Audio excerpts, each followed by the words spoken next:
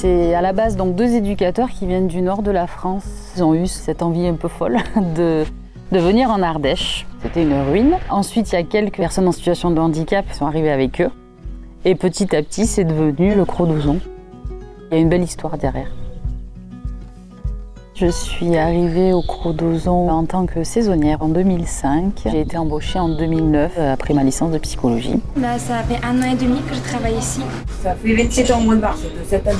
J'ai trouvé ce travail-là parce que j'avais quelques difficultés. Je manque de confiance en moi. Des fois, on peut me dire plusieurs choses, soit je retiens pas, soit vraiment je peux oublier. On est un ESAT et le but d'un ESAT, c'est d'accompagner des personnes en situation de handicap.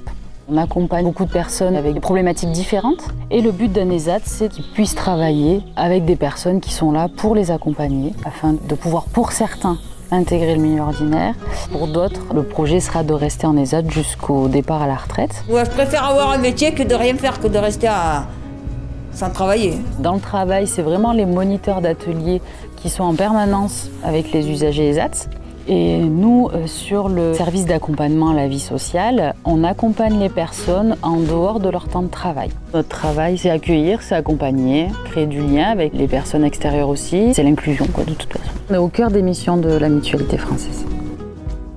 On va commencer bientôt la saison. Il y a beaucoup de monde qui arrive. Les ateliers sont tous en lien avec le tourisme. C'est assez atypique. Moi, j'aime bien voir les clients, voir le mouvement, que ça bouge un peu. C'est beaucoup plus accepté aujourd'hui que ça a pu l'être dans le passé. C'est ça qui est chouette. J'ai vu quand même une évolution pour le regard des gens. Des fois, c'est un peu compliqué, mais ça va. Alissa est arrivée très réservée. Ce contact avec la clientèle, c'était quelque chose qui était assez difficile pour Alissa. Et effectivement, on remarque une énorme progression, une énorme évolution. On va dire que quand il y a beaucoup de clients, ça va. Là, j'ai pris un peu l'habitude. Petit à petit, j'ai moins eu peur. Bien sûr que mon chef. Je trouve que les différents ateliers proposés valorisent vraiment les personnes. Et quand on a la satisfaction clientèle, qu'on les voit travailler avec le sourire, en fait, c'est que c'est gagné, quoi.